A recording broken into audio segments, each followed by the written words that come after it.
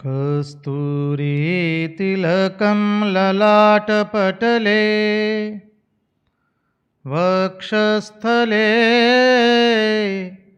कौस्तुभं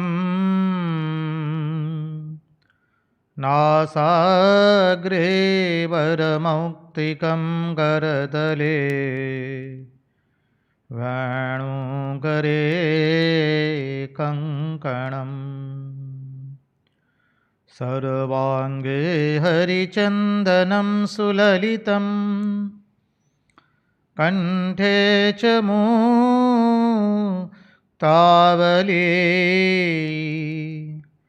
गोपस्त्रीपरिवेष्टितो विजयते गोपालचूडामणि।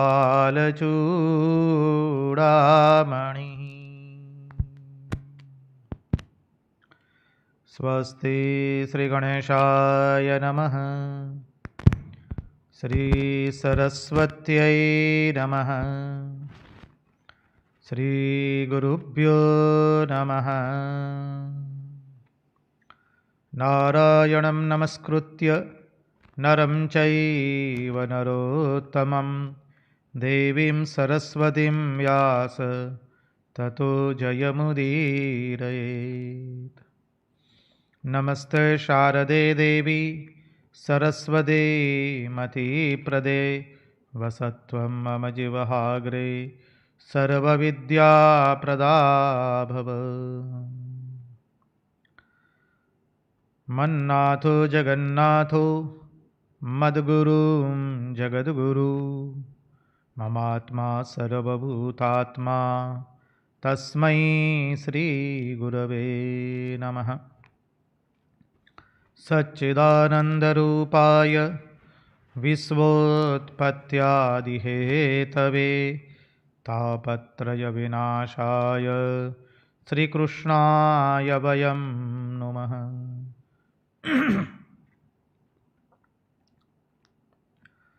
ॐ नमः परमहंसास्वादित चरणकमलचिन्मकरन्दाय भक्तजनमानसनिवासाय श्रीरामचन्द्राय विश्वसर्गविसर्गादि नवलक्षणलक्षितं श्रीकृष्णाख्यं वरं धाम जगद्धाम नमामि तत्। ॐ स्थापकाय च धर्मस्य सर्वधर्मस्वरूपिणे अवतारवरिष्ठाय रामकृष्णाय ते नमः। मुखं करोति वाचालं पङ्गुं लङ्घयते गिरिं यत्कृपात्वमहं वन्दे परमानन्दमाधवम्। कृष्ण कन्हैया लाल की जय। भक्तवत्सल भगवान की जय। वृंदावन विहारी लाल की जय। भगवान श्री राम कृष्ण देव की जय।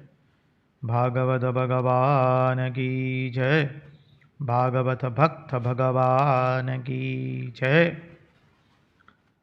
ओम नमो भगवते वासुदेवाय।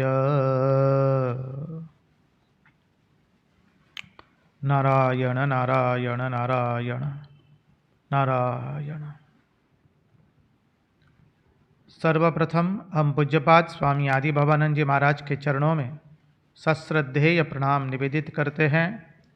तत्पश्चात रामकृष्ण आश्रम राजकोट के अध्यक्ष पूज्यपाद स्वामी निखिलेश्वरानंद जी महाराज के चरणों में सश्रद्धेय प्रणाम निवेदित करते हैं। उपस्थित पूज्यपाद स्वामी प्रभु सेवानंद जी महाराज सह अन्यान्य सन्यासी महात्माओं को एवं विरक्तों के चरणों में सश्रद्धेय प्रणाम निवेदित करते हैं। और इस दृश्य श्राव्य माध्यम से जो कोई भी इस भागवत रसामृत का रसपान कर रहा है, उन सब के हृदय में निवासित उस अनंत अखंड अविनाशी परब्रह्म परमात्मा को मुहुर मुहुर वंदन करके आइए हम भागवत रसामृत में अवगाहन करें।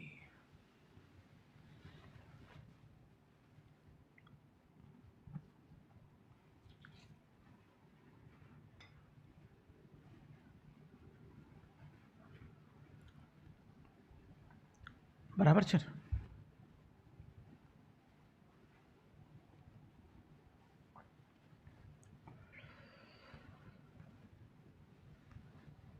यस्वानुभावमखिलश्रुतिसारमेकम् अध्यात्मदीपमतितीतिर्षतां तमोन्दम् संसारिणां करुणयाः पुराणगुह्यम् तं व्याससूनुमुपयामि गुरुं मुनीनाम्। नारायण नारायण नारायण नारायण। आइए तो हम चले परमहंस शिरोमणि त्यागियों के सम्राट भगवान शुकदेव जी के चरणारविंद में बैठ करके भागवत का रसपान करें। हमारे पूर्ण पुरुषोत्तम भगवान श्री कृष्णचंद्र बाणासुर के साथ युद्ध कर रहे हैं। उतने में शैव ज्वर आ गया। 3 मस्तिष्क वाला 3 पांव वाला भगवान ने विष्णु ज्वर छोड़ा। शैव ज्वर एवं विष्णु ज्वर में लड़ाई हुई। विष्णु ज्वर ने शैव ज्वर को भगा दिया, हानि पहुंचाई। अब शैव ज्वर भगवान की स्तुति कर रहा है। उसके 1-2 श्लोक देखेंगे। तत्पश्चात बहुत सुंदर स्तुति आती है, उसके चिंतन में हम प्रवेश करेंगे। शैव ज्वर भगवान की स्तुति करता है। ज्वर उवाच नमामि त्वांत शक्तिं परेशं सर्वात्मानं केवलं ज्ञाप्तिमात्रम् विश्वोत्पत्तिस्थानसंरोधहेतुं यतद् ब्रह्म ब्रह्मलिङ्गं प्रशान्तम्। उसने कहा, प्रभु आप साक्षात ब्रह्म है, ब्रह्मलिंग है। नमामि त्वांत शक्तिम परेशम, आपकी शक्ति अनंत है, आप सर्वात्मन है, आप ही एकमात्र जानने योग्य है, सर्वज्ञ है।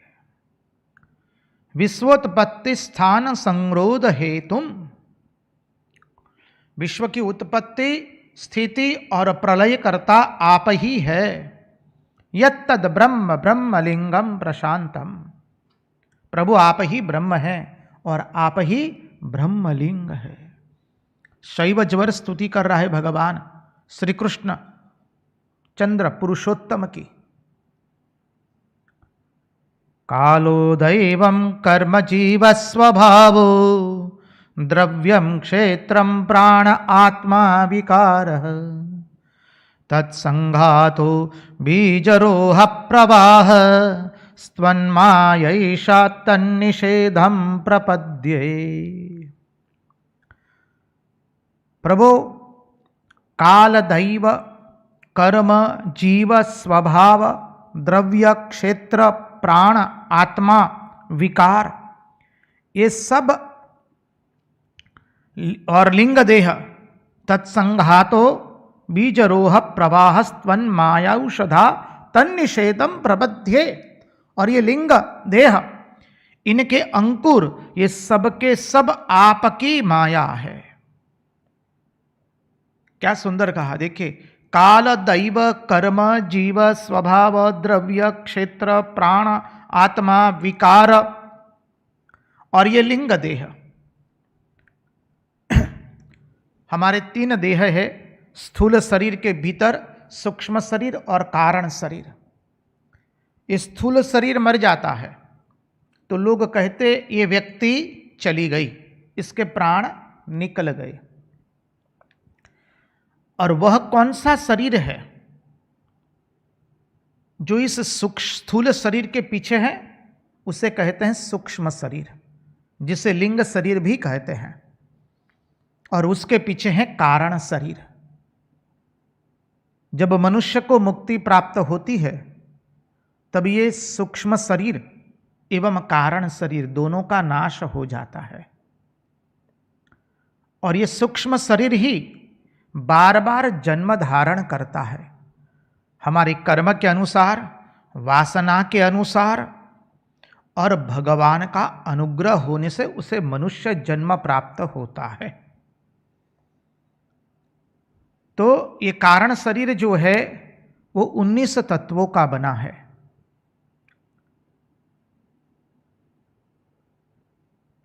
पंच महाभूत, पंच तन्मात्राएं,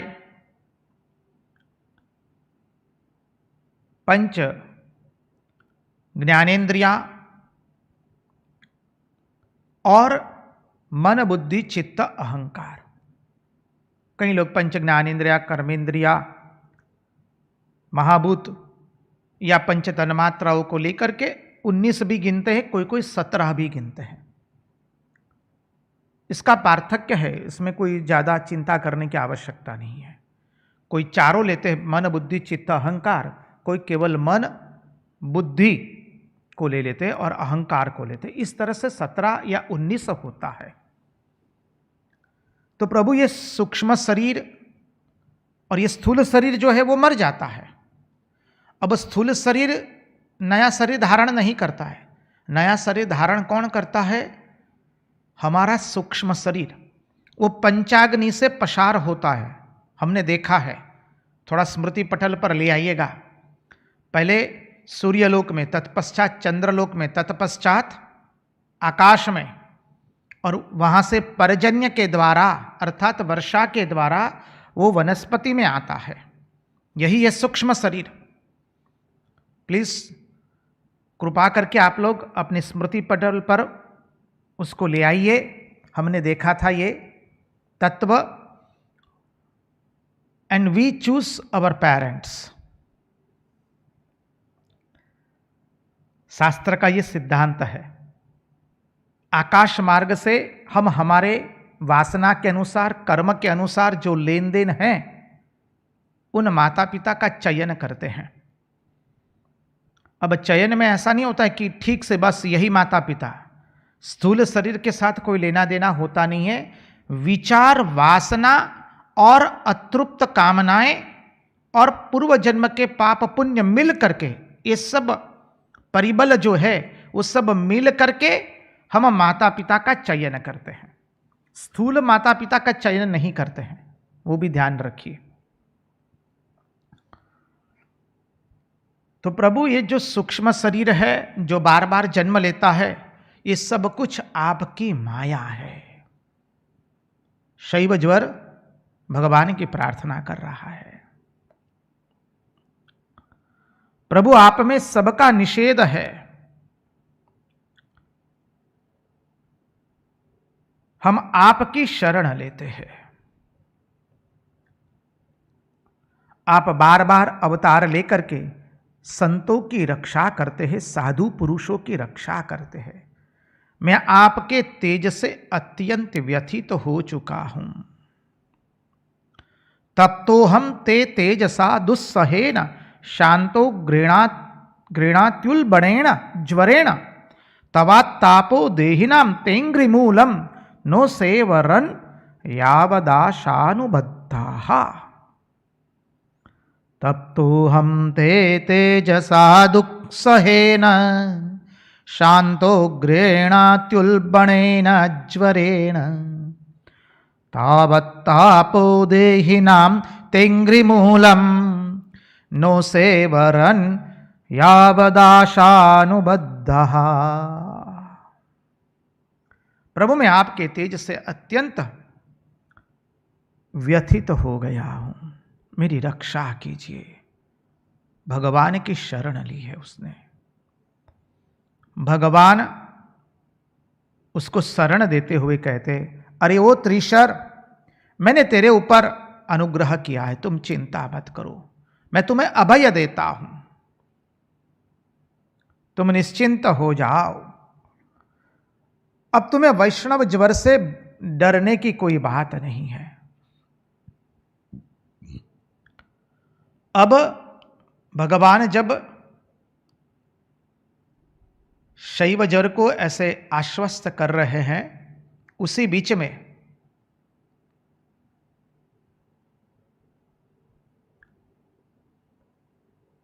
बाणासुर आ गया और बाणासुर अपने पूर्ण ताकत के साथ भगवान के पर टूट पड़ा है।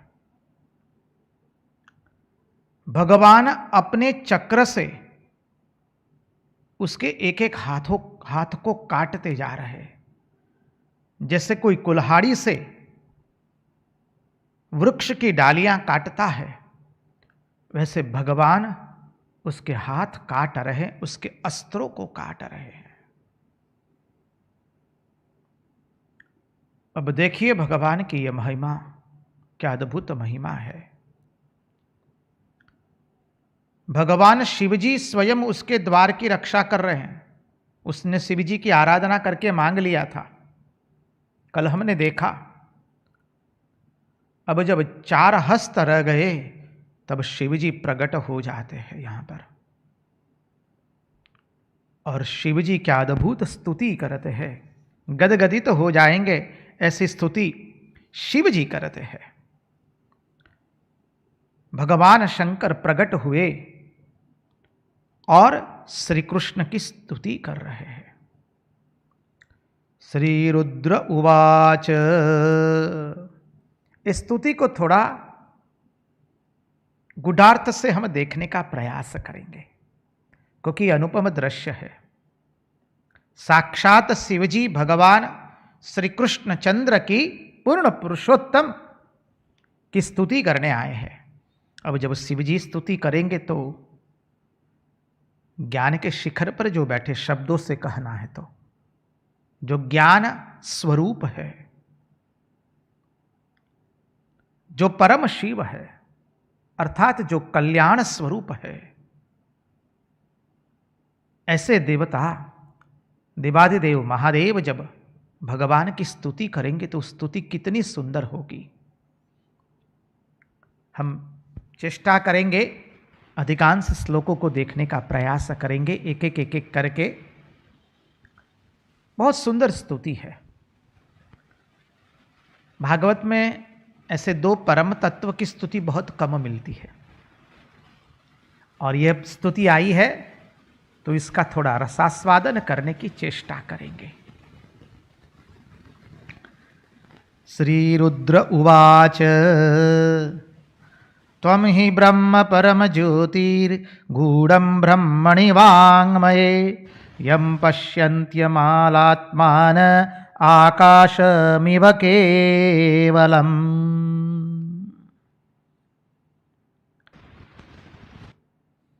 शिवजी कहते आप परब्रह्म है, परम ज्योति है,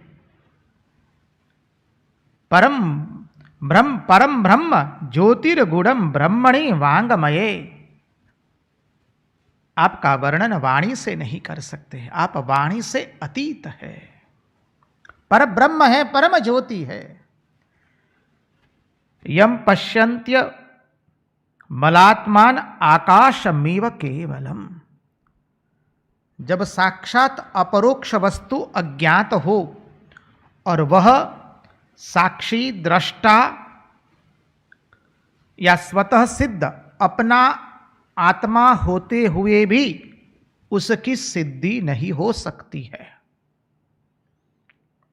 इसको थोड़ा समझने का प्रयास करना पड़ेगा। तुम ही ब्रह्म परम ज्योतिर्गूढ़ं ब्रह्मणि वाङ्मये, यम पश्यन्त्य मलात्मान आकाशमिव केवलम। जब साक्षात अपरोक्ष वस्तु अज्ञात हो, समझिए ब्रह्म हमारे सामने खड़ा है, लेकिन हम ब्रह्म को पहचान नहीं पा रहे हैं। ब्रह्म कैसा है? अपरोक्ष के रूप में है।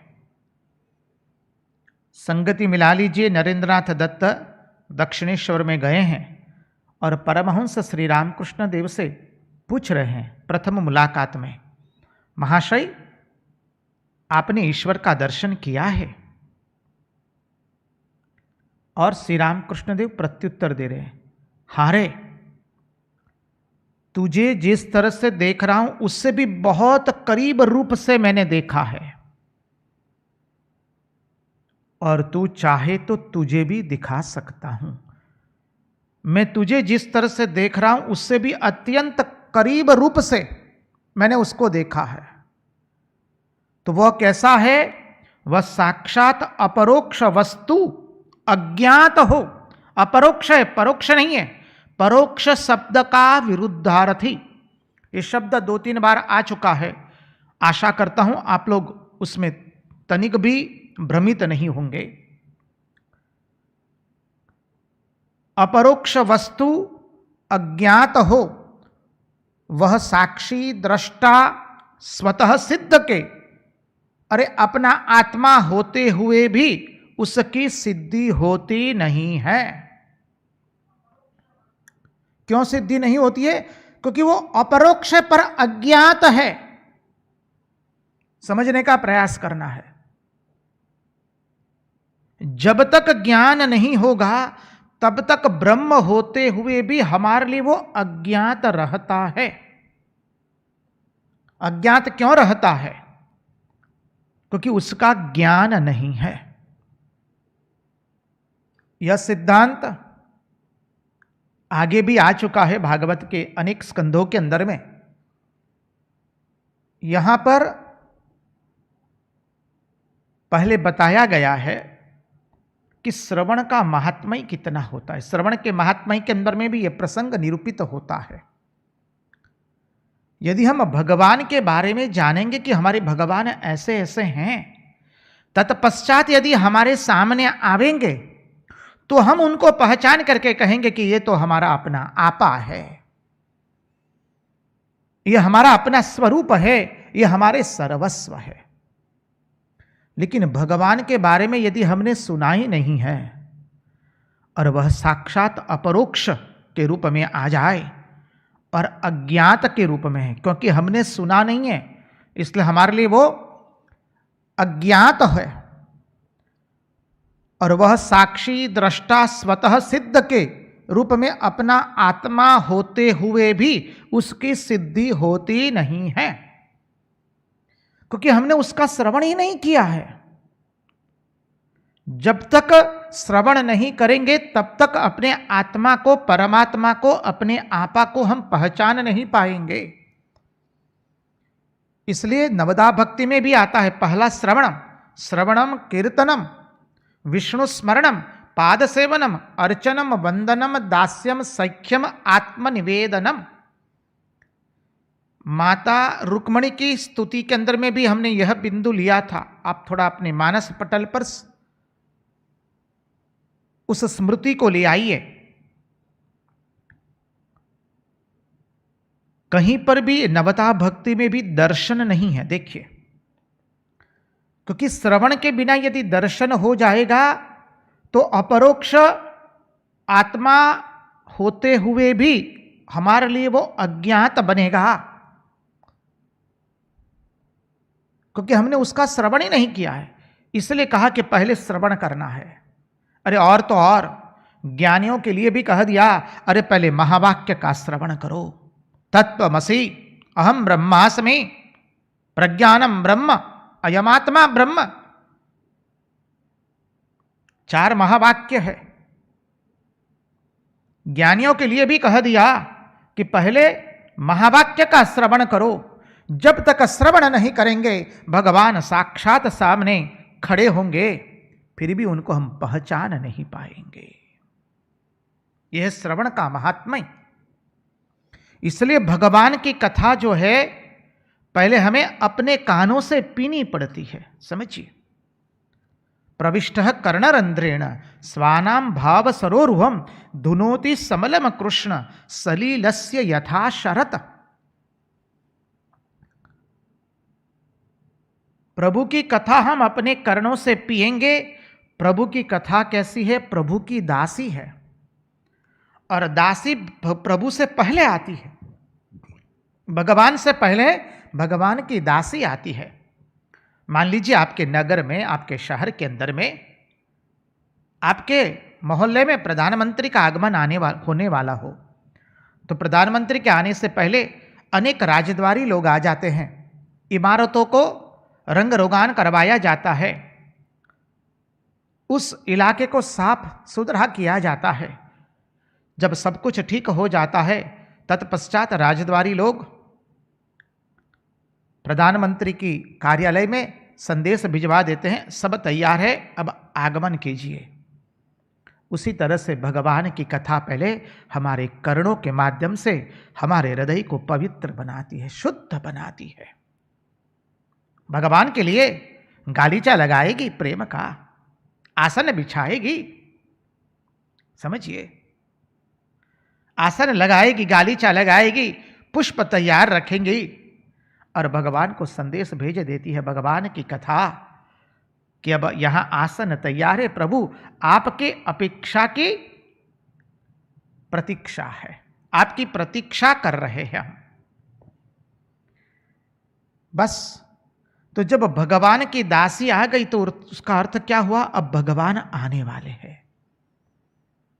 तो जब भगवान की कथा हमारे पास आ गई, हम भगवान की कथा अपने कर्णों से पी रहे हैं, भगवान के रसामृत का पान कर रहे हैं अपने कर्णों से, तो निश्चित जान के रखिए कि अब भगवान आने वाले हैं।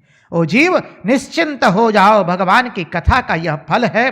भगवान की कथा भगवान की दासी है। पहले दासी आकर के सिंहासन तैयार करती है, स्वच्छ करती है हमारे हृदय को। अब भगवान का आगमन होने वाला है। ऊंची थावू नीची थावू अगासी चढ़ी जो, तो ये न लागे कहीं भाड़, सदगुरु जी मारा। दर्शन दे जो दौड़ी, सदगुरु जी मारा। रंगदूत महाराज लिखते हैं, आर्त भाव से पुकार रहे हैं और गुरु जी को कहते हैं, दर्शन दे जो दौड़ी, सदगुरु जी मारा। प्रभु दर्शन दीजिए दौड़ करके।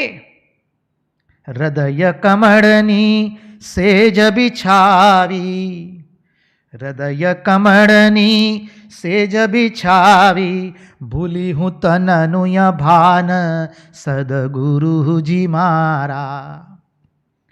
प्रभु मैंने हृदय कमल की आसन तैयार कर दिया है, अब मैं देहभान भूल चुकी हूं। इस समय देहभान नष्ट हुआ है और आपके भाव में आप्लान्वित हो चुकी हूं, अपने आप को कर चुकी हूं।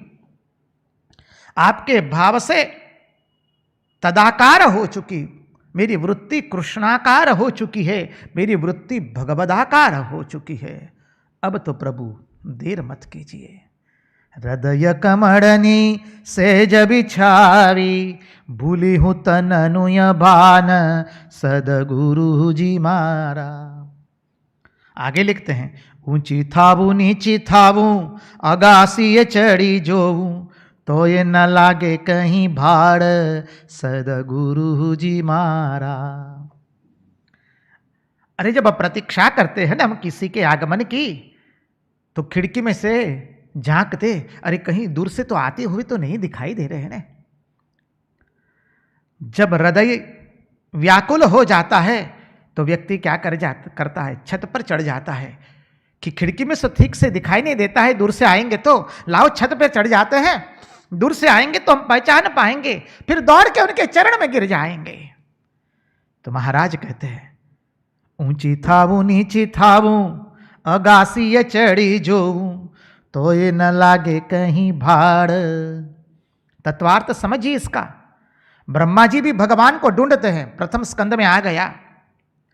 ब्रह्मा जी पहले कमल की पंखुड़ी जो थी उससे नीचे गए तो कहीं कुछ नहीं मिला, भगवान का पता नहीं चला। ब्रह्मा जी ने सोचा मैं किस से, पहले कमल था तो कमल की डंडी से नीचे गए, ब्रह्मा जी को पता नहीं लगा। फिर ब्रह्मा जी ऊपर आए, चारों ओर नजर करते हैं, कहीं पर पता नहीं चला। चारों ओर नजर किया, चतुर्मुखी ब्रह्मा हो गए। वैसे ही महाराज कहते हैं, प्रभु अरे मैं तो साधना में कभी ऊपर जाता हूं, कभी नीचे जाता हूं, और तो कभी छत पर भी चढ़ करके देख लेता हूं कि मेरे परमात्मा कहां है, मेरे भगवान आए कि नहीं। इसका बहुत बड़ा गूढ़ार्थ है, अध्यात्म अर्थ है। रंग दीवानी भई बावरी, प्रभु अब तो हम दीवाने बन चुके हैं आपके। भई बावरी, अरे अब हमने हमारा सर्वस्व खो दिया है, हम बावरे बन चुके हैं। दीवानी और बावरी, दीवानी बनते हैं तो जगत तो खारा लगता ही है, लेकिन जब बावरे बन जाते हैं ना तो जगत हमारा त्याग कर देता है। रंग दीवानी बई बावरी, राखो चरण नियमाय सदगुरु जी मारा। प्रभु आपके चरण में रख लीजिए अब, क्योंकि जगत ने इसका त्याग कर दिया है। हम दीवाने बन गए आपके पहले, अब तो बावरे बन गए हैं। अब हमारे लिए कहीं कोई स्थान नहीं है, आपके चरणों में स्थान दे दीजिए। तो यहां पर संगति लगाइए। ये श्रीमद् भागवत महापुराण है, यहां केवल ज्ञान नहीं है, केवल वैराग्य नहीं है, यहां भक्ति ज्ञान और वैराग्य के साथ में है। इसलिए देवादिदेव महादेव, सावन का महीना है, आज तो सोमवार भी है, महादेव जी सुंदर स्तुति करते हैं और कहते हैं कि अपरोक्ष वस्तु अज्ञात होने पर वो स्वतः सिद्ध है, दृष्टा है, किंतु अज्ञात होने पर उसकी सिद्धि होती नहीं है। प्रभु आप कैसे हैं? देश काल वस्तु से अपरिच्छिन्न है।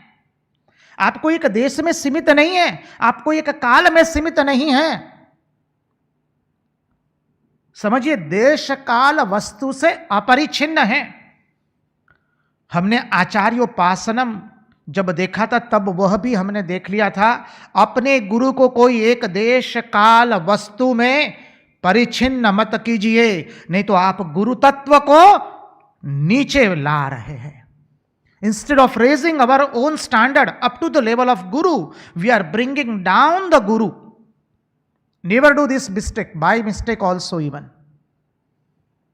मेरे गुरु कोई एक देश में नहीं बैठे हैं, कोई भारत में है, अमेरिका में नहीं है, जापान में नहीं है, जर्मनी में नहीं है, यूरोप में नहीं है। अरे हमारे ईश्वर तो देश काल वस्तु से अपरिच्छिन्न है। ऐसा मत समझ कि भगवान हमारे श्री कृष्ण का प्रागट्य केवल ब्रजधाम में हुआ है और गुजरात में नहीं हुआ, महाराष्ट्र में नहीं हुआ, बांग्लादेश में नहीं हुआ है, तेलुगु में नहीं हो, तेलुगु देशम में नहीं हुआ है, आंध्र में नहीं हुआ है।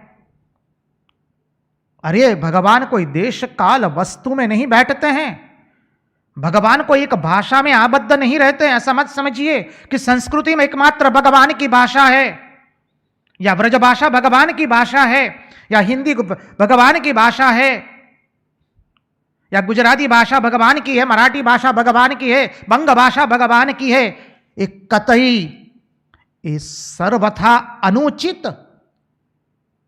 भाव है। शास्त्र उसकी कतई इस भाव को प्रमाण नहीं देते हैं। हमें हमारे भगवान को समझना है। हमारे भगवान देश काल वस्तु से अपरिच्छिन्न है। कोई एक देश में नहीं बैठे हैं, कोई एक काल में नहीं है। ऐसा नहीं कि पहले थे और अभी नहीं है। गलती से मत कीजिए, वो दश देश काल वस्तु से अपरिच्छिन्न है। अपने भगवान को परिच्छिन्न मत बनाइए। हमारे ईश्वर देश काल वस्तु से अपरिच्छिन्न अद्वय है, जो भागवत का प्रथम श्लोक ही है। जन्माद्यस्य यतोन्वयादितरत स्टार्थेष्वभिज्ञस्वराट् तेने ब्रह्महृदाय आदिकवये मुह्यन्ति यत् सूरयः तेजो वारिमृदां यथा विनिमयो यत्प्रत्रिसर्गो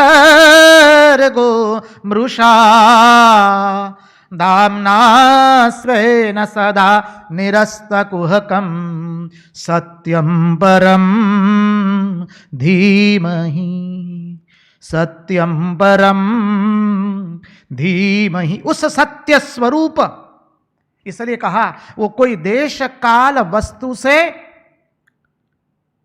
वस्तु में बधे हुए नहीं है, देश काल वस्तु में परिच्छिन्न नहीं है, वो तो अपरिच्छिन्न है।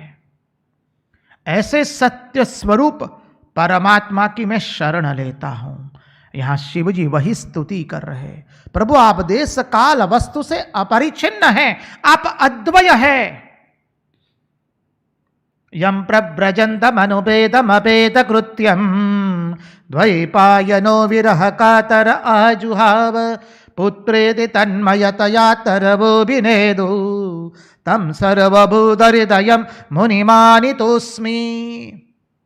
शुकदेव जी का आगमन हुआ, 12 वर्ष तक तो मां के गर्भ से निकले नहीं, जब निकले तब दौड़ते हैं, नाल छेदन भी नहीं हुआ है, कोई संस्कार भी नहीं हुआ है। संस्कार तो उसके करने की आवश्यकता रहती है जिसमें विकार होता है। शुकदेव जी भगवान विकार से जन्म धारण नहीं करते हैं, वासना से उन्होंने जन्म धारण नहीं किया है। जन्मते ही कह दिया आप मेरे पिता नहीं है, मैं आपका पुत्र नहीं हूं। दौड़ते हैं वन की ओर, व्यास ऋषि पीछे पीछे दौड़ते हैं, हा पुत्र करके। और शुकदेव जी अदृश्य हो जाते हैं, व्यास ऋषि कल्पांत करते हैं। तब लताओं ने, वृक्षों ने, पुष्पों ने उत्तर दिया, यम ब्रजन्तमनुपेतमपेत कृत्यम। तत्वार्थ को समझिए, द्वैपायनो विरह कातर आजुहाव।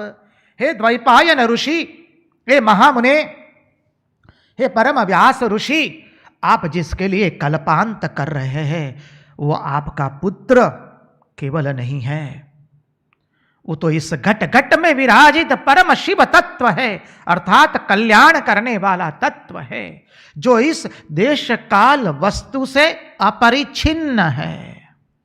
अपरिच्छिन्नता के भाव को समझना है, और हमने विस्तृत रूप से देखा है, श्री रामकृष्ण देव ने अपने जीवन से बताया है इस अद्भुत तत्व को। भगवान श्री रामकृष्ण देव का जीवन तो प्रयोगशाला है, प्रत्येक परम परम अनुपम सिद्धांत को अपने जीवन से परीक्षण करके उसको कह दिया ये पूर्ण सत्य है। तो प्रभु आप अद्वैत है, अद्वय है, देश काल वस्तु से परिच्छिन्न नहीं है। यह बात कैसे पता चलती है? यह बात वेद वाणी से पता चलती है।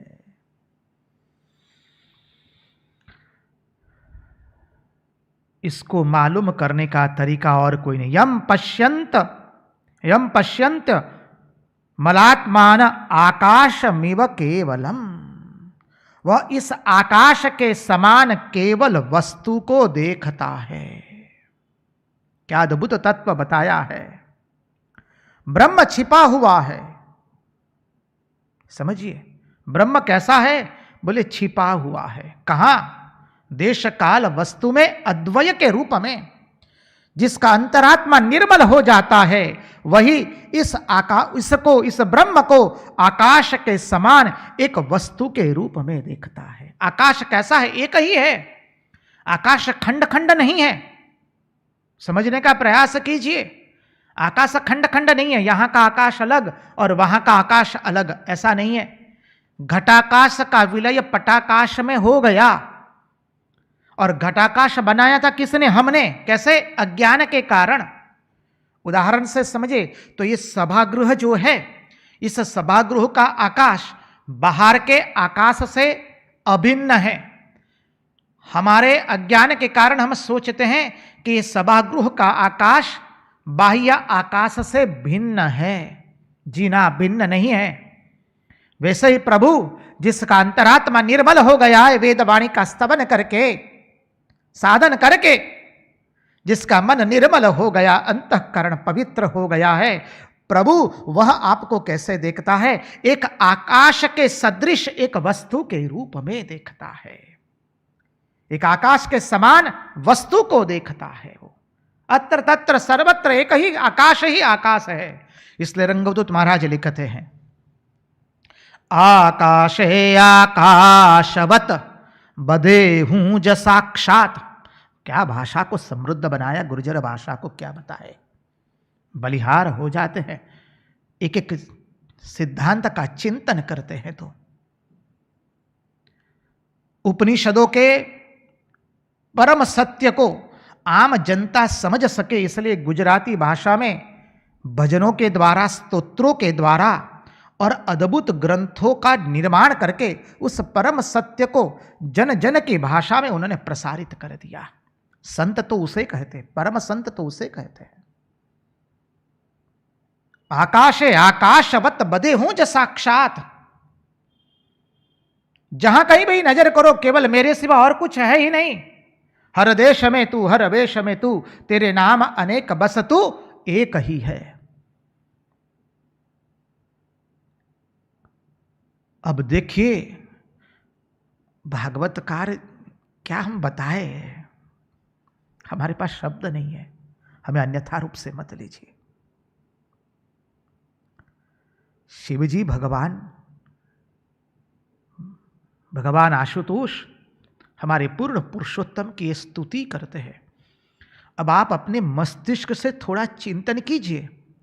जब कह दिया कि आकाश है आकाशवत, प्रभु आप ही एकमात्र है, जिसका हृदय निर्मल हो चुका है वही आपको इस रूप में समझ सकता है, मानी अपरिच्छिन्नता के रूप में, अद्वय के रूप में।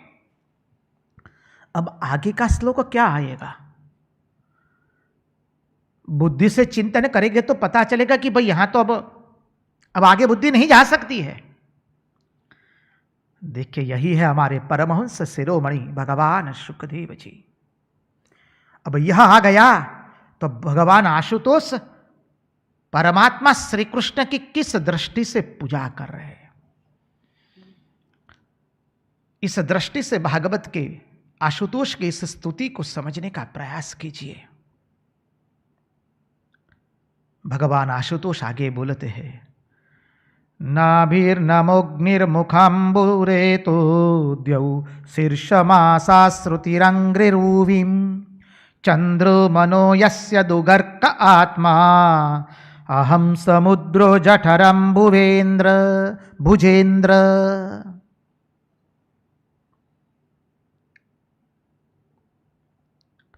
नाभिर्नमोग्निर्मुखम्बुरेतोद्यौ शीर्षमासा श्रुतिरङ्घ्रिरूर्वी चन्द्रमनो यस्य दुगर्क आत्मा अहं समुद्रो जठरं भुजेन्द्रः। 34वां श्लोक, क्षमा कीजिए 35वां श्लोक, 63वां अध्याय। जो लोग मूल भागवत खोल करके बैठे स्तवन करने के लिए, 10वां स्कंद 63वां अध्याय और 35वां श्लोक, 35वां और 36वां श्लोक एक साथ हम लोग लेंगे कि दोनों श्लोक में अभी भगवान के विराट रूप में पूजा हो रही है और इस विराट पूजा का हमें ध्यान करना है। समझिए, वही विराट पुरुष जो हमने सांख्य पद्धति से जब सृष्टि तत्व का चिंतन किया था, 24 तत्व, पंच महाभूत, पंच तन्मात्राएं, पंच ज्ञानेन्द्रिया, पंच कर्मेंद्रिया और 4 मन बुद्धि चित्त अहंकार अंतःकरण चतुष्टय, ये 4 हो गए, मानी 24 तत्व। 25वां तत्व प्रवेश किया प्राण ने, और जहां प्राण ने प्रवेश किया क्या हुआ?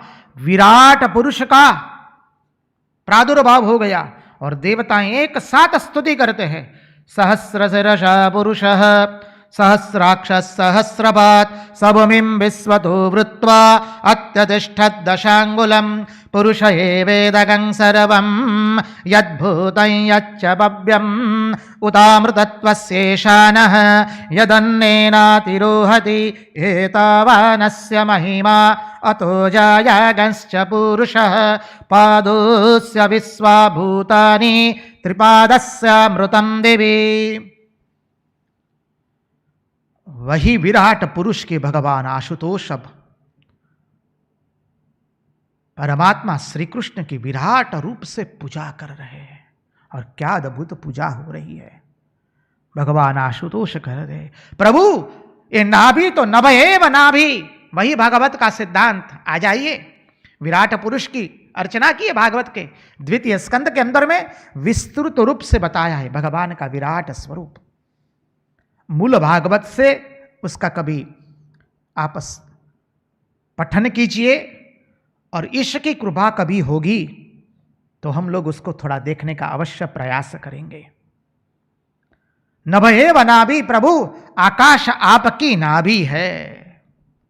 फिर क्या कहा, अग्निर्मुख, प्रभु अग्नि आपका मुख है। जल आपका वीर्य है। क्या अद्भुत प्रार्थना हो रही है। समग्र आकाश जो है भगवान आपकी नाभि है, अग्नि आपका मुख है, जल आपका वीर्य है, और द्यौलोक अर्थात स्वर्ग आपका शीर है। रेतो द्यौहु शीर्षमासा, द्यौलोक आपका शीर्ष है। दिशाएं कान है, श्रुतिरंग्र रूबीम, दिशाएं आपके कान है। चंद्रो मनो यस्य दुगर्क आत्मा अहम समुद्रो जठरम भुजेन्द्र। पृथ्वी आपके चरण है, चंद्रमा मन है, सूर्य नेत्र है। चंद्रमा मनसो जायते चक्षुः सूर्यो अजायत। पुरुष सूक्त आप सब लोगों को, अधिकांश लोगों को मुखस्थ होगा ही वो। और यदि शुक्ल यजुर्वेद से करेंगे तो सहस्रशिरगा भूर्गः सहस्राक्षः सहस्रपात् सबुमेघ्गो सर्वतुस्पृत्वा अत्यतिष्ठद्दशाङ्गुलम् पुरुग एवेदग्गं सर्वं यद्भूतं च जवाहव्यम्। शुक्ल यजुर्वेद से। अपने रामकृष्ण मठ मिशन में हम लोग कृष्ण यजुर्वेद का पालन करते हैं। तो मूल बात पर आए, चंद्रमा मनसो जायते चक्षो सूर्यो अजायत। चंद्रमा हमारा मन है प्रभु, आपका मन है, सूर्य नेत्र है। और मैं शिव आपका अहंकार हूं। देखा था हमने, ब्रह्मा बुद्धि के देवता है, विष्णु पालन करता है, और सृष्टि के संहार करता शिव है, अर्थात मैं। तो मैं शिव आपका अहंकार हूं। समुद्र पेट है, समुद्रो जठरम भुजेन्द्र। समुद्र पेट है, इंद्र आपकी भुजा है। रोमाणि यस्यौषधयोऽम्बुवाः केशा विरिञ्चो भीषणां विसर्गः प्रजापतिर्हृदयं यस्य धर्मः स वै भवान् पुरुषो लोककल्पः। 36वां श्लोक। धान्यादि यस्यौषधयोऽम्बुवाः, धान्य आदि औषधियां प्रभु आपके रोम हैं। इसलिए पहले रोमाणी लिखा, रोमाणी यस्यौषधयो अम्बुवाः, धान्यादि औषधियां आपके रोम है। मेघ केश है, केशो विरिंचो धिषणा विसर्ग। मेघ केश है, ब्रह्मा बुद्धि है, प्रजापति लिंग है, और धर्म आपका हृदय है। प्रजापतिर हृदयम यस्य धर्मः, धर्म आपका हृदय है। सबई भवान पुरुषो लोक कल्प, ऐसे विराट पुरुष को मैं पुनः पुनः वंदन करता हूं। शिव जी ने क्या अद्भुत स्तुति की भगवान की विराट के रूप में। अब आगे के श्लोक का स्तवन करते हुए शिव जी अद्भुत बात कहते हैं। तवावतारो यमकुंठधामन् धर्मस्य गुप्त्यै जगतो भवाय वयं च सर्वे भवतानुभाविता विभावयामो भुवनानि सत विभावयामो भुवनानि सप्त।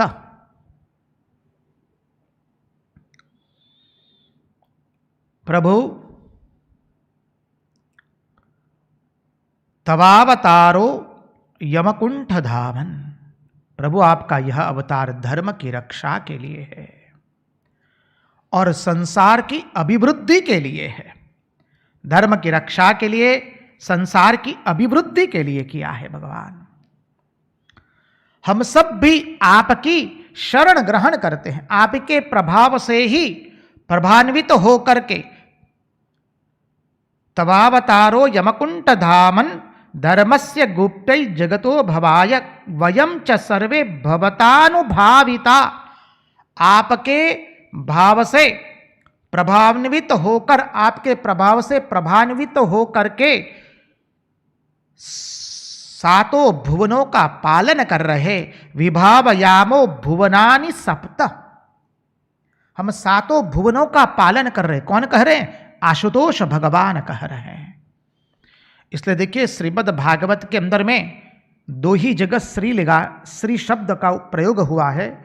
एक श्री शुक उवाच और श्री भगवान उवाच। यहाँ स्वयं भगवान आशुतोष भगवान की स्तुति कर रहे हैं, इसलिए श्री रुद्र उवाच लिखा है।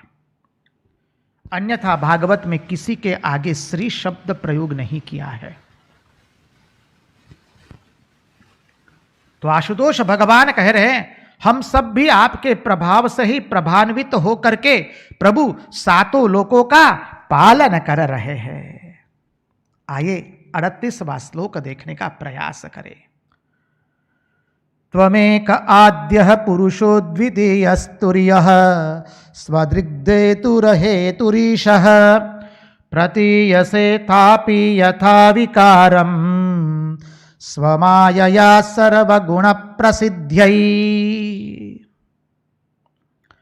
त्वमेक आद्यः पुरुषो द्वितीयस्तुर्यः स्वदृग्धेतुरहेतुरीशः स्वदृग्धेतुरहेतुरीशः प्रतीयसे थापि यथा विकारम स्वमायया सर्वगुण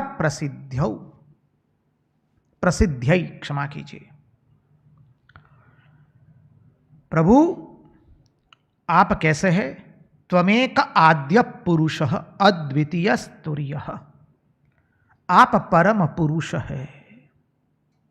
शब्द को समझने का प्रयास कीजिए। परम पुरुष किसे कहते हैं? वह जिसके पहले सत भी नहीं था, असत भी नहीं। जहां से सृष्टि का वो परम पुरुष संकल्प करता है, वह परम पुरुष आप है, जो सब कारणों के भी कारण है। परम मूल कारण जो है, समझिए, जो परम मूल कारण है। आप कारण नहीं है, आप परम मूल कारण है।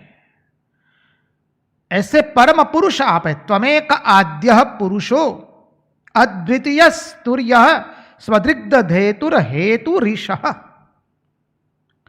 आप सजातीय विजातीय और स्वगत भेद से रहित है। आप में कोई भेद ही नहीं है। स्वगत भेद, सजातीय भेद, विजातीय भेद, अब सभी भेदों से पर है प्रभु। भेद रहते तो आप अपरिच्छिन्न कैसे हो पाते? इसलिए तो प्रथम श्लोक में ही कह दिया कि प्रभु आप देश काल वस्तु से अपरिच्छिन्न है, अद्वय है। और हमारा सनातन वैदिक सनातन धर्म का ईश्वर यही है। कैसा है वो? देश काल वस्तु से अपरिच्छिन्न है, अभिन्न निमित्तोपादान कारण है। उसी सिद्धांत को भगवान आशुतोष यहाँ पर प्रकट कर रहे हैं। समय की मर्यादा हो रही है, हम महाराज जी से विनती करेंगे कृपा करके इसके बीच में एक भजन सुना दे। तब तक 2 घड़ी के लिए हम भजन सुन लेते हैं, तत्पश्चात इस अनुपम वेदांत के प्रसंग में प्रवेश करेंगे।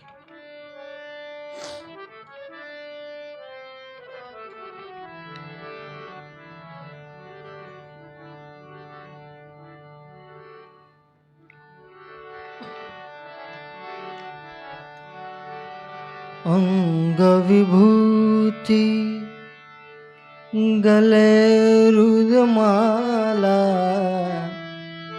अंग विभूति गले रुद्रमाला, शेषनाग लिपटायो, शेषनाग लिपटायो। बाको तिलक भालचंद्र, बाको तिलक भालचंद्र, नंद घर अलख जगायो, बल जोगिया, बल जोगिया आयो, बल जोगिया आयो, बल जोगिया।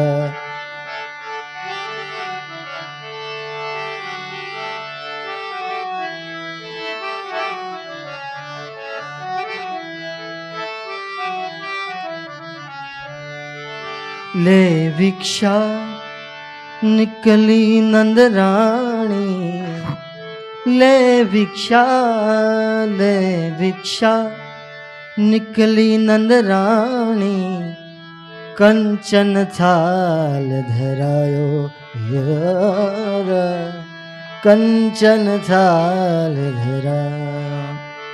लो भिक्षा जोगी जाओ आसन पर, लो भिक्षा जोगी जाओ आसन पर, मेरो बाल डरायो, मेरो बाल डरायो, बल जोगिया आयो, बल जोगिया आयो, बल जोगिया। जशोदा मैया तेरे द्वार, एक रमता जोगिया आयो, बल जोगिया आयो, बल जोगिया।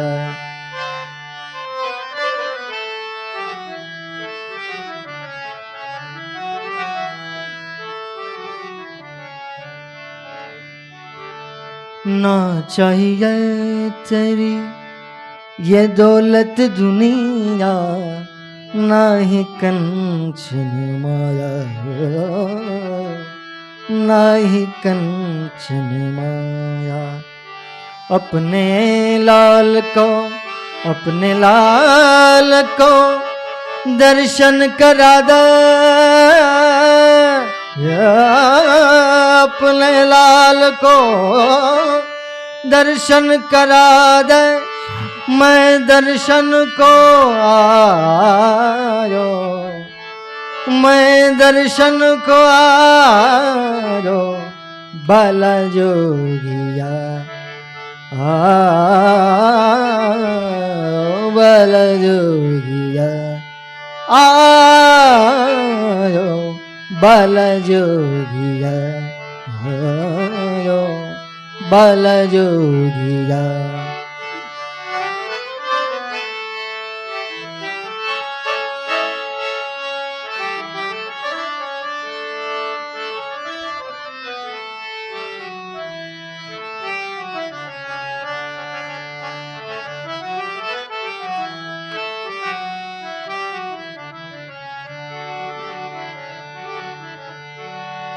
पंच बार परिक्रमा करके श्रृंगिनाद बजायो, श्रृंगिनाद बजायो। पंच बार परिक्रमा करके श्रृंगिनाद बजायो। सूरदास सूरदास बलिहारी मैया, सूरदास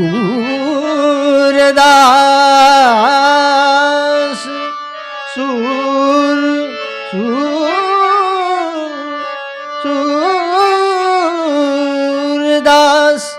सूरदास बलिहारी मैया, जुग जुग जिए तरो जा।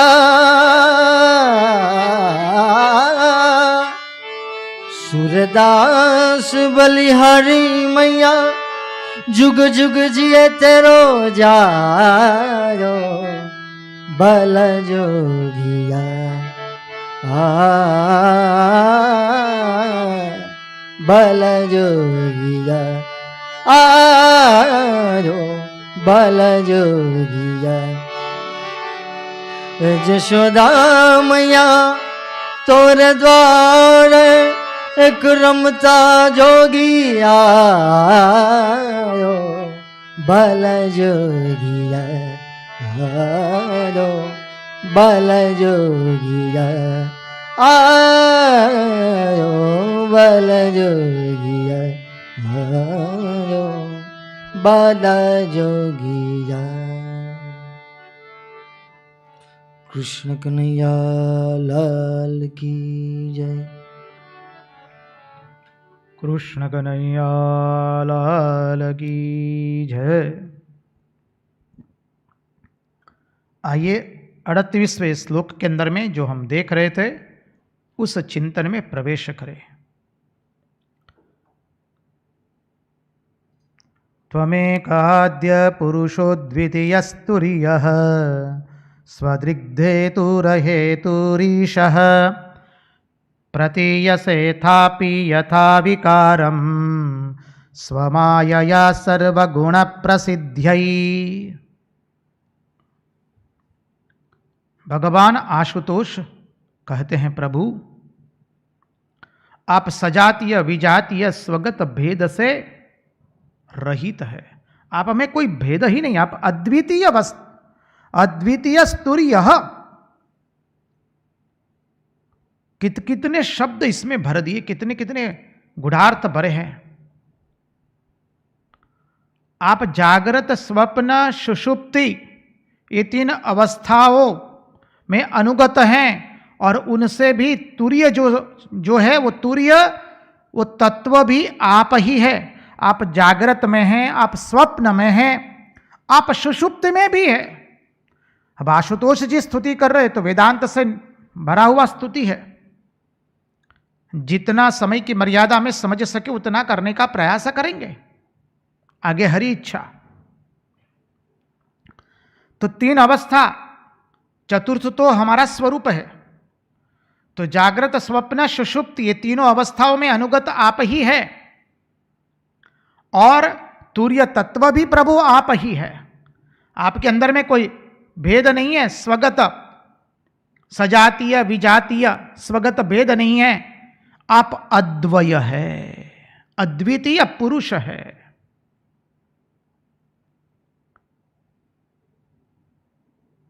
प्रतीयसेथापि यथा विकारम स्वमायया सर्वगुण प्रसिद्ध्यै। प्रभु आप किसी दूसरी वस्तु से प्रकाशित होने वाले नहीं हैं, आप स्वयं प्रकाश है। आपके कारण सब कुछ प्रकाशित हो रहा है। न तत्र सूर्यो भाति न चंद्र तारकम नेमा विद्युतो भान्ते कुतोऽयमग्नि तमेव भान्तम अनुभाति सर्वम तस्य भासा सर्वमिदं विभाति। आप सबके कारण हैं, आपका न तो कोई कारण है और न तो आप में कारणपना है। आप में कारणापना है, आप में कोई कारणापना भी नहीं है। अर्थात क्या, कोई एक वस्तु था उसमें से कुछ अलग हुआ, ऐसा नहीं है। पहले तो आप समझिए कि आप सबके मूल कारण हैं, मानी परम मूल कारण आप है। जगत की सृष्टि आप ही से हुई है और आप ही में फिर से समाहित हो जाती है। तो जगत का परम मूल कारण आप ही है। आप किसी का, आपका न तो कोई कारण है, आपका कोई कारण नहीं है, और न तो आप में कारणापना ही है। कारणापना का अर्थ समझिए, ऐसा नहीं कि आप में से कुछ अलग हुआ। जगत जब आप में से बना तो ये तो हम लोग बोलते हैं, अब उस सिद्धांत को समझिए। ये तीनों के अद्वयत्व में विवर्त है, विवर्तवाद, सतचित और आनंद, ये तीनों के अद्वयत्व में विवर्त है। विवर्त मानी कुछ हुआ ही नहीं है। तो प्रभु आप में कारणापनन है, कारणापना है, वो भी नहीं है।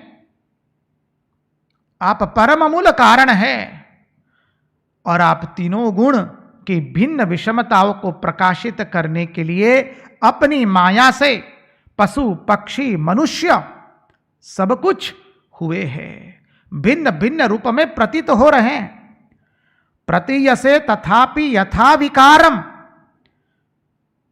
अब जब प्रभु आप सबके परम मूल कारण हैं तो भगवान सबके परम मूल कारण है। अब दूसरा सिद्धांत यहां पर, जब सृष्टि का निर्माण हुआ तो भगवान ने माया के सहायता से सृष्टि का निर्माण किया, तो आप तीनों गुणों के विभिन्न विषमताओं को प्रकाशित करने के लिए, तीन गुण सत्व रज और तम के भिन्न विषमताओं को प्रकाशित करने के लिए अपनी माया से, प्रतीयसे तथापि यथा विकारम स्वमायया, अपनी माया से सर्वगुण प्रसिद्ध्यै, अपनी माया से पशु पक्षी कीट स्थावर जंगम सब कुछ बने हैं और भिन्न भिन्न रूप में प्रतीत हो रहे हैं।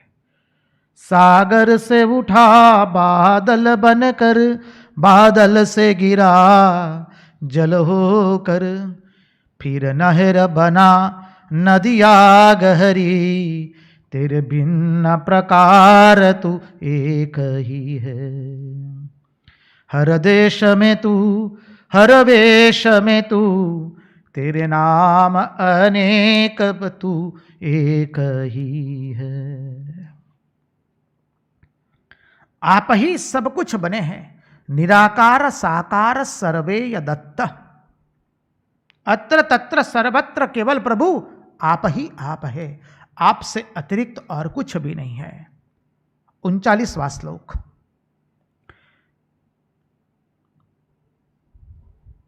यथैव सूर्य पिहितश्च छायया, स्वया छायां च रूपाणि च संचकास्ति, एवं गुणेना पिहितो गुणांस्त्वात्मा, प्रदीपो गुणिनश्च भूमन्। गुणांस्त्व आत्मा प्रदीपो गुणिनश्च भूमन्। जैसे सूरज अपने ही बादलों से ढक जाता है और फिर उनको प्रकाशित करता है, भिन्न रूपों के, भिन्न रूपों में उसको प्रकाशित करते हैं प्रभु, उसी प्रकार आप स्वयं प्रकाश है। यथैव सूर्य पिहितश्छायया, स्वया छायां च रूपाणि च संचकास्ति। जैसे सूर्य अपनी छाया बादलों से ही ढक जाता है और उन बादलों तथा विभिन्न रूपों को प्रकाशित करता है, सूरज ही प्रकाशित करता है, वैसे ही प्रभु आप स्वयं प्रकाश है, परंतु गुणों के द्वारा मानो आप ढक से गए हैं। इसलिए भगवान रामकृष्ण देव की आरती में स्वामी विवेकानंद कहते निर्गुण गुणमय। आप गुणमय भी है और आप निर्गुण भी है। सामान्य अर्थ तो हम सब जानते हैं, सभी गुण आप में हैं और निर्गुण आए वो भी समझते हैं। अब थोड़ा वेदांत की इस दृष्टि से समझना है उस निर्गुण गुणमय को, कि जैसे सूर्य अपनी छाया बादलों से ही ढक जाता है और फिर उसे ही भिन्न रूप में प्रकाशित करता है, प्रभु वैसे ही आपने अपने आप को गुणों के बादलों से ढक लिया है, समझिए। और समस्त गुण एवं गुणाभिमानी जीवों को प्रकाशित करने वाले आप ही है। गुणों को भी आप ही प्रकाशित करते हैं, जैसे सूरज उस बादल को प्रकाशित करता है और भिन्न रूप में प्रकाशित होता है, प्रभु वैसे ही आप समस्त गुण तथा गुणाभिमानी जीवों को रूप में प्रकाशित, गुणाभिमानी जीवों को प्रकाशित करते हैं। वास्तव में आप कैसे हैं प्रभु? आप अनंत है।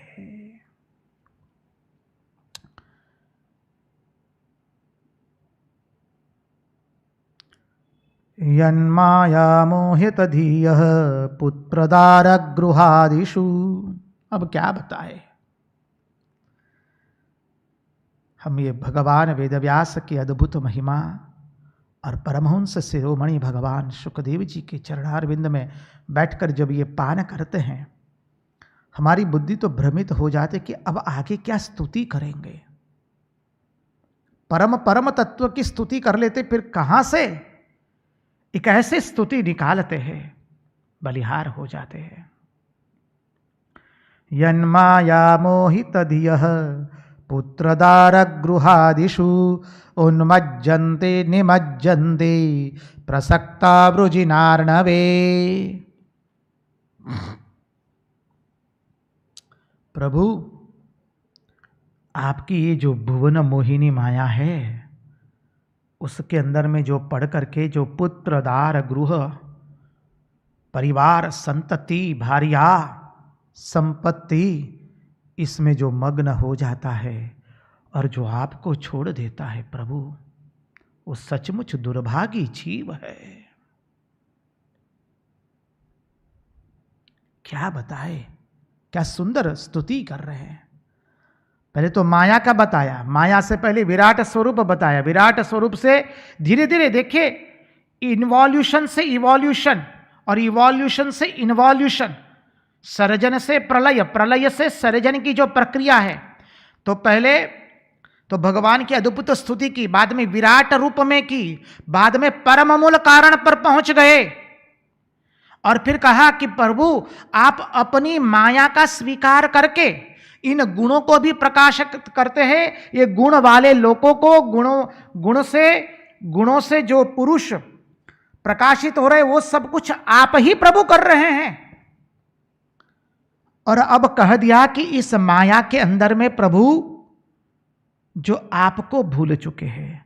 यन्माया मोहित धीयः पुत्रदार गृहादिषु उन्मज्जन्ते निमज्जन्ते प्रसक्ता वृजिनार्णवे।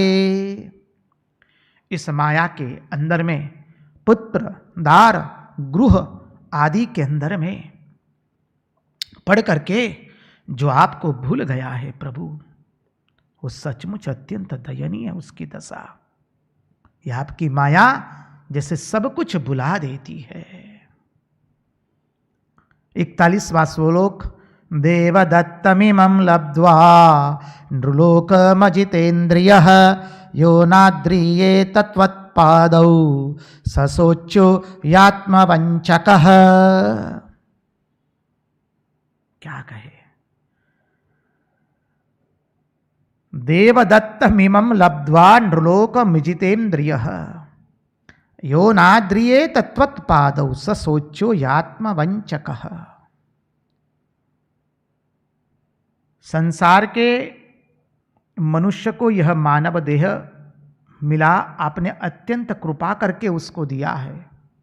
इस मानव देह को आपकी कृपा के कारण उसे जो मिला है, उसे पा करके भी जो इंद्रियों के अधीन रहता है, जो केवल आहार, निद्रा, भय और मैथुन में व्यस्त रहता है, इंद्रियों के वश में रहता है, अर्थात इंद्रियों को अपने वश में नहीं करता है, इसलिए इंद्रियों के वश में है। आपकी अनंत अनुग्रह के कारण जब मनुष्य जन्म मिला, और मनुष्य जन्म मिलने के बाद भी जिसने अपनी इंद्रियों को अपने अंकुश में नहीं किया और आपके चरणों की चरण वंदना नहीं की है, उसका जीवन प्रभु शोचनीय है, और वह स्वयं अपने आप को धोखा दे रहा है। हम आपको क्या बताए, मां श्रुति भगवती अनेक जगह कह देती है, ये मनुष्य जन्म प्राप्त करके जो भगवत प्राप्ति नहीं करता है, आत्मदर्शन नहीं करता है, अपने स्वरूप को नहीं पहचानता है, वो आत्महत्या करता है। यहां पर भगवान आशुतोष जब पूर्ण पुरुषोत्तम भगवान श्री कृष्ण की अद्भुत स्तुति करते हैं, तो यह उसका भावार्थ भी यही है। भावार्थ को समझिए। आगे का श्लोक देखिए 42वां। यस्त्वां विसृजते मर्त्य आत्मानं प्रियमीश्वरं विपर्ययेन्द्रियार्थार्थं विषमत्यमृतं त्यजन्।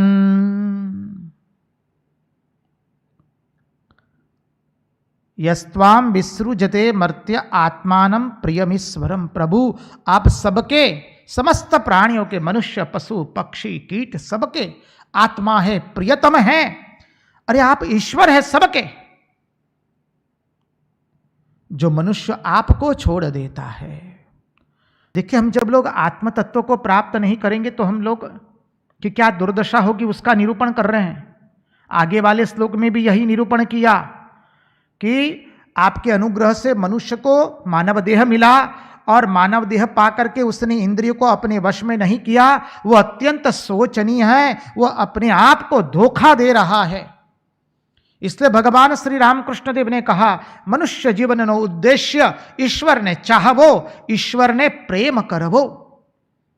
वही बात भागवत कहता है, धर्मस्य यापवर्गस्य नार्थोत्थायोपकल्पते नार्थस्य धर्म एकांतस्य कामो लाभाय स्मृतः कामस्य नेन्द्रियर प्रीतिर्लाभो जीवेत यावता जीवस्य तत्व जिज्ञाता नार्थो यश्चेह कर्मभिः वदन्ति तत्त्वविदस्तत्त्वं यज्ञानमद्वयम् ब्रह्मेति परमात्मेति भगवानिति सप्यते। वदन्ति तत्त्वविदस्तत्त्वं यज्ञानमद्वयम्। उस तत्व की प्राप्ति करना ही हमारे जीवन का लक्ष्य है। Its soul is potentially divine. The goal is to manifest this divinity within. प्रत्येक मनुष्य के अंदर में अंतर्निहित दिव्यता का प्रगटीकरण करना ही हमारे जीवन का लक्ष्य है।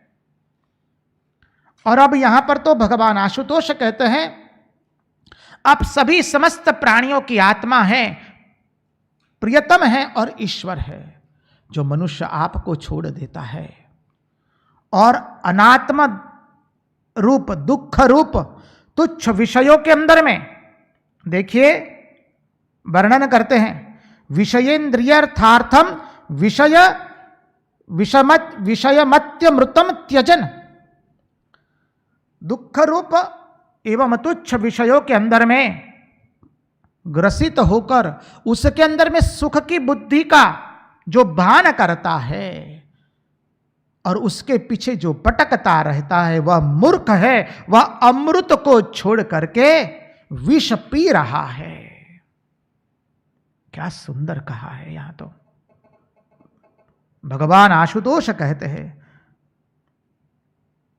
यस्त्वां विसृज्यते मर्त्य आत्मानं प्रियमीश्वरं विषयेन्द्रियार्थार्थं विषमत्यमृतं त्यजन।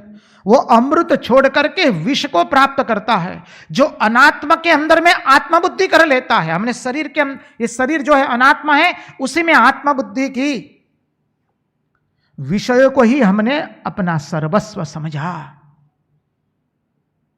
भगवान नहीं मिलेंगे तो चलेगा बोले, लेकिन पहले विषय भोग करना है।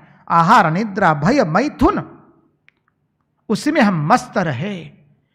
अच्छा खाना, अच्छा पहनना, अच्छा घूमना, अच्छा टहलना, शरीर को अच्छी तरह से सजाना, और इस शरीर को सजा करके इस शरीर पर काम भाव से ग्रसित होकर दूसरे के शरीर के प्रति भी वासना का भाव करना। देखिए, दूसरे की ओर काम भाव से हम तभी देख सकते हैं, विषय भाव से तभी देख पाएंगे जब हमारी स्वयं की बुद्धि स्वयं के प्रति विषय से ग्रसित है।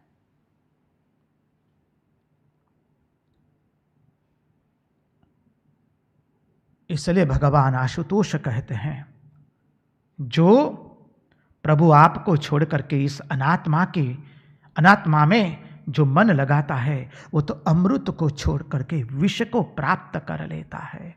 क्या क्या चिंतन बताए, हमें आगे जाना है। 43वां श्लोक, अहम ब्रह्माथ विबुधा मुनयश्चामलाशयः सर्वात्मना प्रपन्नास्त्वा आत्मानं प्रेष्ठमीश्वरम्।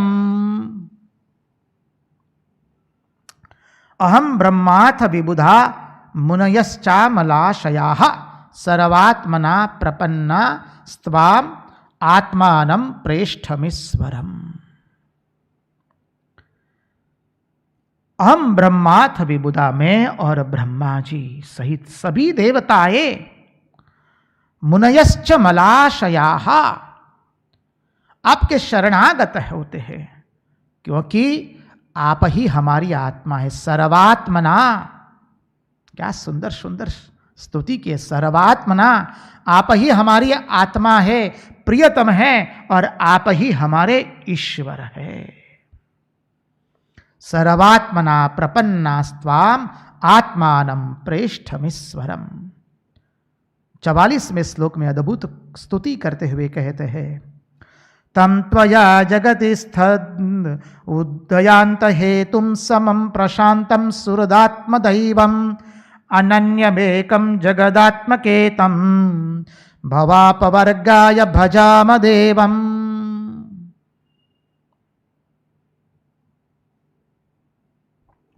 आप जगत की उत्पत्ति, तम त्वाम जगत स्थिति उदयांत हेतुम, आप जगत की उत्पत्ति स्थिति प्रलय सब कुछ के हेतु प्रभु आप ही है।